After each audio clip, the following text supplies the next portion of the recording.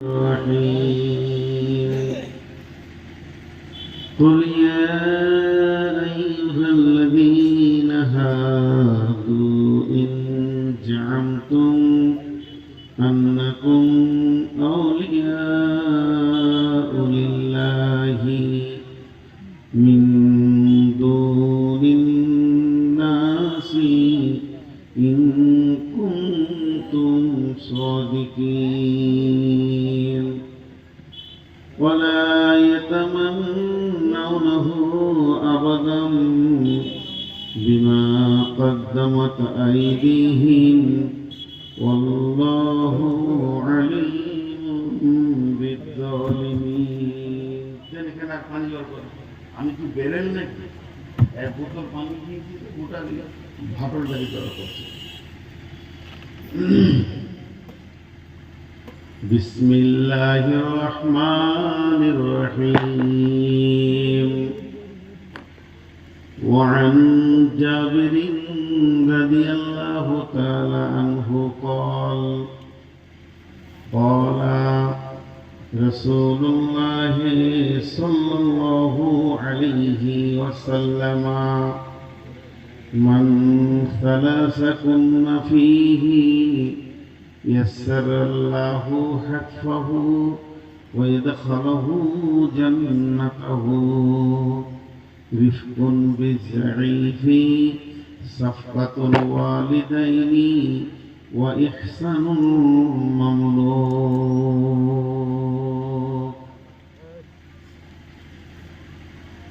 চোখে দেখি কত দৃশ্য তবু নাহি ভয় ভয় করিবার শক্তি দাও দয়াময় চোখে দেখি কত দৃশ্য তবু নাহি ভয় ভয় করিবার শক্তি দাও দয়াময় চোখের সামনে দেখি আছে আছে নাই মুখে পানি দিতে দিতে আপন বিদায় নেই তবু নাহি ভয় ভয় করিবার শক্তি দাও দয়াময়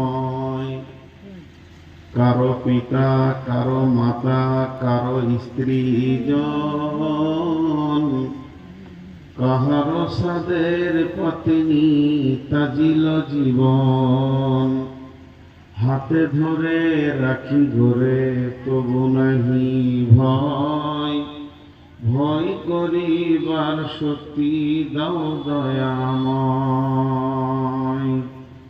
চোখের সামনে দেখি আছে আছে নাই মুখে পানি দিতে দিতে আপন বিদায় নেই তবু নাহি ভয় ভয় করিবার শক্তি দাও দয়াময়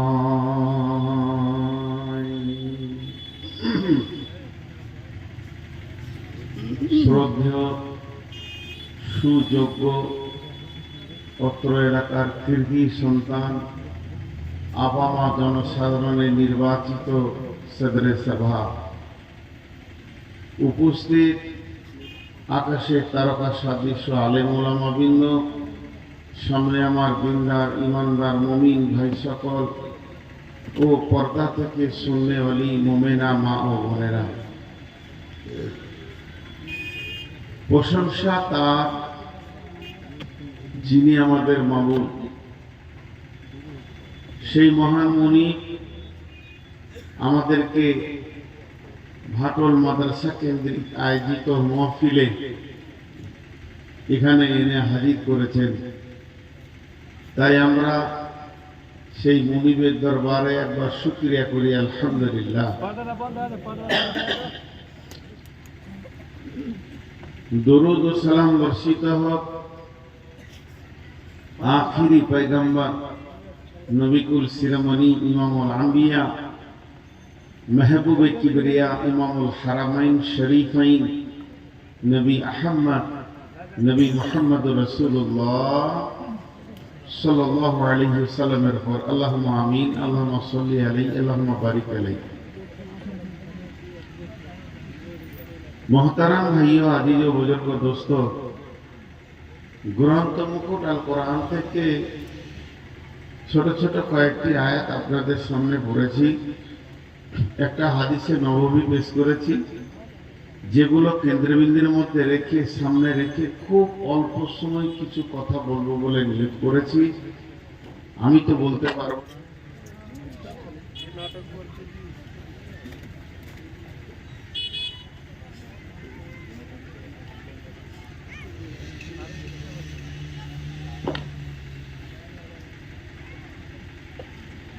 যদি আমার মাবুদ আমাকে তৌফিক দেন তো। ওমা তৌফিকি ইল্লা বিল্লাহি আলাইহি তাওয়াক্কালতু ওয়া ইলাইহি উনীব। শুধু প্রথমে একটা কথা আপনাদেরকে বলে দিচ্ছি, আমি আমার আল্লাহর উপরে ভরসা করে বলছি, কোনো মানুষের উপরে আমি ভরসা করছি না, তাওয়াক্কুল করছি না। যদি ধৈর্য ধরে আপনারা সময় দিতে পারেন, আজকে একটা সাবজেক্ট নিয়ে বাড়ি যাবেন। এই জেনারেটরম্যানকে আমার কাছে ডাকো, ফোনে ডাকো জেনারেটরম্যান। ভাই, জেনারেটরের দায়িত্বে কে আছেন আমাকে দেখা করেন, আপনার সাথে দরকার আছে একটু। জেনারেটরের দায়িত্বে যে আছেন সে আমার কাছে আসবেন একবারে সরাসরি এখানে। জেনারেটরম্যান কে আছেন, আপনি এখানে আসেন, আপনার সাথে দরকার আছে। তুমি ফোনে ডেকে দাও, দরকার আছে।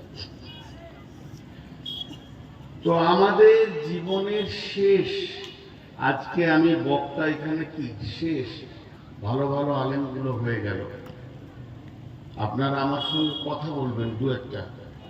সার্কাস দেখেছেন? সার্কাস কথা বলে না? সার্কাস দেখেন? দেখে তো বলতে আমার মাথার কাছে বসে বসে জি না দেখবে।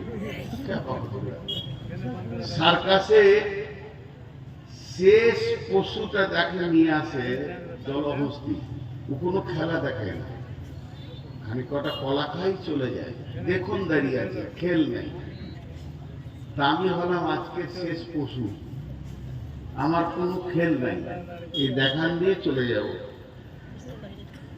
তো আপনারা, আমি যেমন আজকে শেষ বক্তা, ভালো ভালোগুলো আগে হয়ে গেছে, তেমনি আমার বক্তব্যের বিষয় হচ্ছে জিন্দেগির শেষ। আজকে জালসার শেষ বক্তা যেমন আমি, তো বিষয়টা ধরেছি জিন্দেগির শেষ। জিন্দেগিটা দুইটা ভাগ আছে, একটা ইহকাল, একটা পরকাল।